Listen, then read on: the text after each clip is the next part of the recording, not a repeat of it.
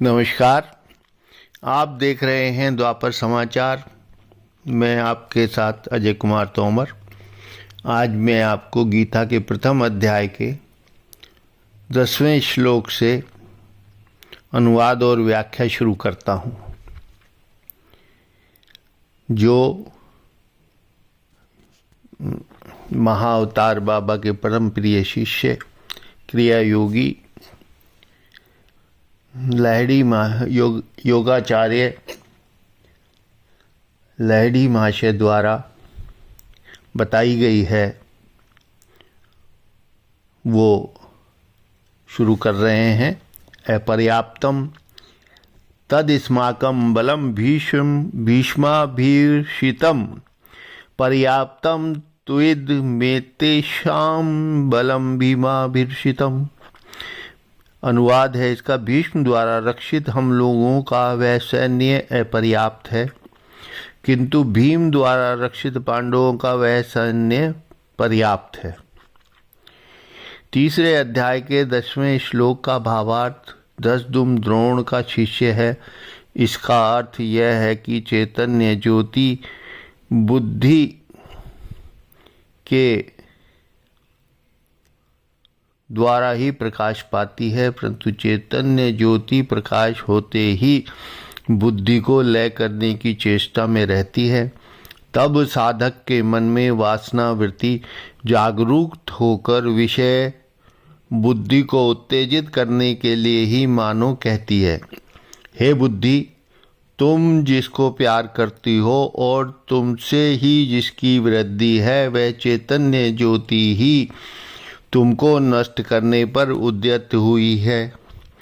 अब उसको प्रशय न देना, शीघ्र ही उसको विनष्ट करो। यद्यपि चैतन्य ज्योति द्वारा उद्राभसित वे युयुधानादि वृत्ति समूह ही महारथ हैं, जिन पर मन दिया जाए वही मन को खींच के कामना को स्तंभन करने की शक्ति रखता है।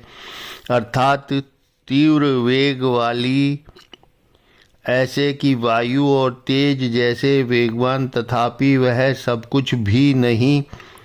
ऐस्मदादि पक्ष की तुलना में वह सब अकिंचित कर है, क्योंकि ऐस्मद पक्ष में आप भीष्म और कर्ण प्रभृति के रहने से हम सब में क्षत्रिय बल और ब्रह्म बल दोनों ही बल वर्तमान हैं, परंतु उन सब के केवल मात्र क्षत्रिय बल रहने से वे निस्तेज हैं।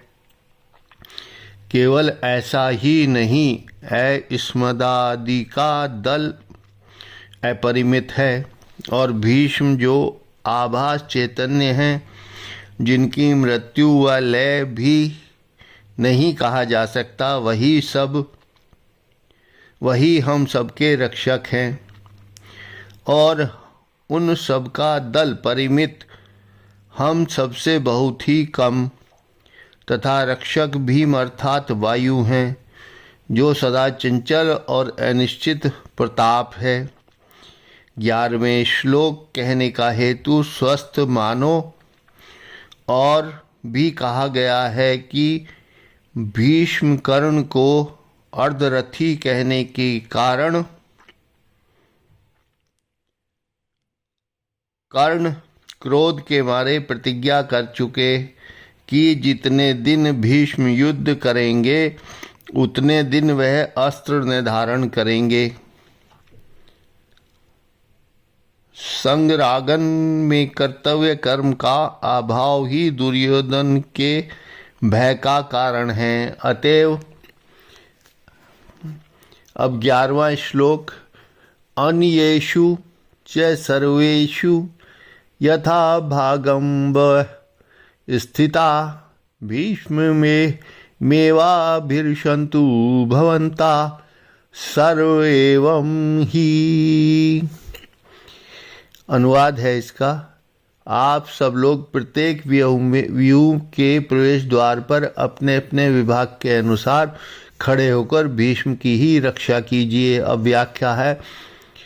भीष्म की ही रक्षा कीजिए। कहने का तात्पर्य यह है कि चिदाभास अर्थात देहात्मा भी मानिता व इस अस्मिता के सचेत रहने से हजारों ब्रह्म ज्ञान का उपदेश भी किसी तरह से किसी काल में वासना जाल को नष्ट न कर सकेगा।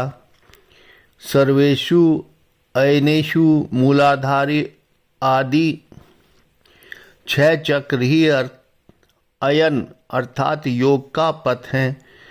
प्रत्येक चक्र में ही प्रवृत्ति और निवृत्ति दोनों पक्ष विद्यमान हैं। यथा अब इसमें जो है एक पेज पे 3 कॉलम बनाने पड़ेंगे। पहले कॉलम में स्थान, दूसरे कॉलम में पांडव पक्ष, तीसरे में कौरव पक्ष। इसके अनुसार अब मैं आपको ये बताऊंगा किस स्थान में पांडव पक्ष का कौन सा हिस्सा है और कौरव पक्ष का कौन सा हिस्सा है। पहला चक्र है मूलाधार। स्थान में उसको नोट करें तो ये कॉलम बन जाएंगे पूरे और सारी चीज़ अच्छी तरह से समझ में आ जाएगी। क्षिति, सहदेव, शम। कौरव पक्ष हुआ काम, दुर्योधन। उसके बाद फिर स्थान में स्वादिष्ठान चक्र, अप ब्रैकेट में नकुल, दम। कौरव पक्ष में हुआ क्रोध, दुशासन और मृत्यु भय, जयद्रथ। परस्पर सापेक्ष होने से ये लोग इकट्ठे रहते हैं। मणिपुर, मणिपुर में तेज, अर्जुन, तितिक्षा। पांडव पक्ष में है ये। और कौरव पक्ष में हुआ लोभ, कर्ण बराबर कर्तव्य कर्म और विकर्ण अकर्तव्य कर्म। अब तीसरा ये मणिपुर पूरा हुआ। चौथे में अनाहत चक्र में पांडव पक्ष हुआ मरुत, भीम, उपरति। कौरव पक्ष में हुआ मोह, शकुनी। इन्होंने मोह उत्पन्न करा के कौरवों को द्रुत क्रिया में प्रवृत्त किया था। अब चौथा चक्र हुआ विशुद्धि। स्थान में व्योम हुआ पांडव पक्ष में युधिष्ठिर, श्रद्धा। कौरव पक्ष में हुआ मदराज, शल्य। फिर हुआ स्थान में आज्ञा चक्र। पांडव पक्ष में हुआ कूटस्थ, चेतन, श्री कृष्ण, समाधान। उसके बाद में मत सरता। कौरव पक्ष में मत सरता, भीष्म, द्रोण और कृप। फिर हुआ सबके बाद में अश्वत्थामा बराबर कर्मफल।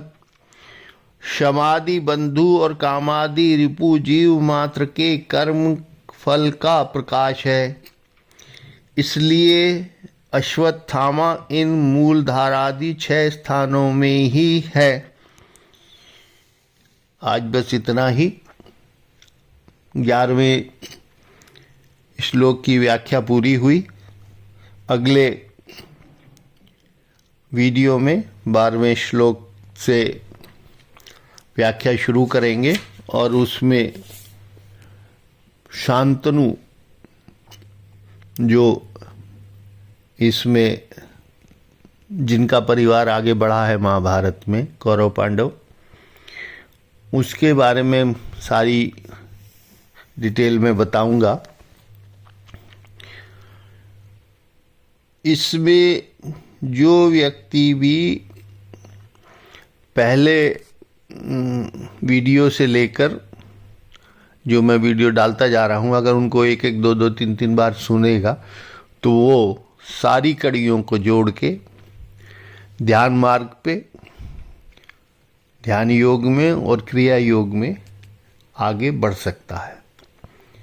ध्यान योग और क्रिया योग में अगर आप उस स्थिति तक पहुंच सकते हैं जिसको आत्म साक्षात्कार कहते हैं। आत्म साक्षात्कार में आदमी को कि या किसी भी प्राणी को, मानव जाति के लोगों को यह पता लग सकता है कि वह कौन है, कहाँ से आया है, यहाँ पे उसका क्या कार्य है और उसको उसके बाद कहाँ जाना है।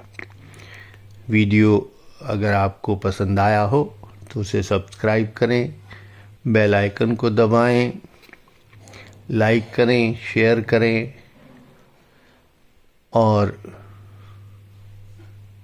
उसको जो है जो भी आध्यात्म में रुचि रखते हो उनको फॉरवर्ड करें। धन्यवाद।